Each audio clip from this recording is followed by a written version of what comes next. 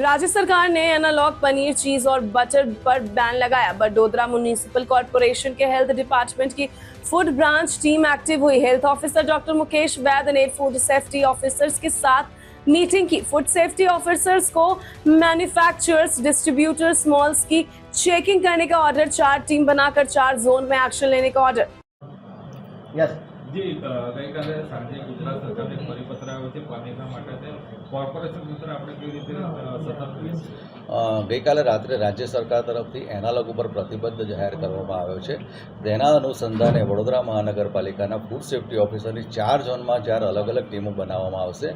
અને મેઇન જે એનાલોગ પર જે પ્રતિબંધ છે, તો એનાલોગ જો કોઈ અહીંયા સિટી એરિયામાં વપરાશ કરતો હશે, મેઇનલી મેન્યુફેક્ચરર છે, ડિસ્ટ્રીબ્યુટર છે કે રિટેલર છે, એમાં અમારું ફોકસ વધારે જે છે મેન્યુફેક્ચરર પર રહેશે કે જ્યાં પનીર કે એનાલોગ બનાવી અને સિટી એરિયામાં સપ્લાય કરતા હશે. તેમજ અલગ અલગ સ્ટેટમાંથી, ધારો કે રાજસ્થાન ને એમપીમાંથી જે પનીર આવતું હશે ને જે ડિસ્ટ્રીબ્યુટર એ વડોદરા સિટીમાં હશે, એના પર પણ ફોકસ અમારું રહેશે. એટલે ત્યાંથી જ સપ્લાય થઈને સિટી એરિયામાં ન જાય એ બાબતની ખાસ તકેદારી રાખવામાં આવશે. તેમજ આ પ્રકારનું એનાલોગ વડોદરા સિટી એરિયામાં તો વાપરવા નહીં જ દેવામાં આવે. શું છે એનાલોગ પનીર?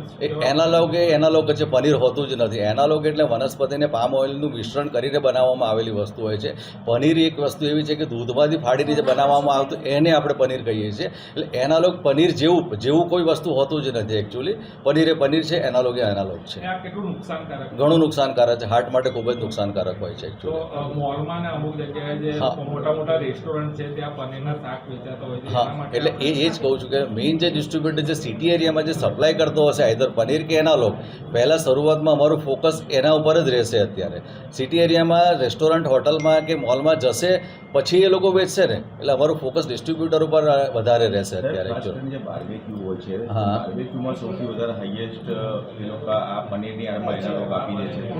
એવા લોકોને આપ શું સૂચન કરશો? હા, એ લોકોને પણ હું સૂચન કરીશ. અને એ લોકો જે બાર્બેક્યુવાળી જે રેસ્ટોરન્ટ છે એની અને બીજી પણ રેસ્ટોરન્ટની અને બીજા સ્ટ્રીટ ફૂડ વેન્ડર્સ છે એની પણ એક યાદી તૈયાર કરવામાં આવશે. અને તમામે ત્યાં સઘન કાર્યવાહી કરવામાં આવશે. અને જો એના તરફથી કોઈ એનાલોગ વસ્તુનો ઉપયોગ કરવામાં આવશે તો એના માટે FSS એક્ટ તરફથી એના વિરુદ્ધમાં કાર્યવાહી કરવામાં આવશે. અત્યારે આપણે 4 ટીમો બનાવી છે. ફૂડ સેફ્ટી ટોટલ આપણે 12 ફૂડ સેફ્ટી ઓફિસર છે, 3 ફૂડ સેફ્ટી ઓફિસરની 4 ટીમો બનાવી છે. 4 ઝોનમાં કામગીરી કરશે અને સઘન ભાગરૂપે કામગીરી કરશે. આમ નાગરિકને ધારો કે આ પનીર ઓળખવું હોય એનાલોગ, તો કેવી રીતે ઓળખે?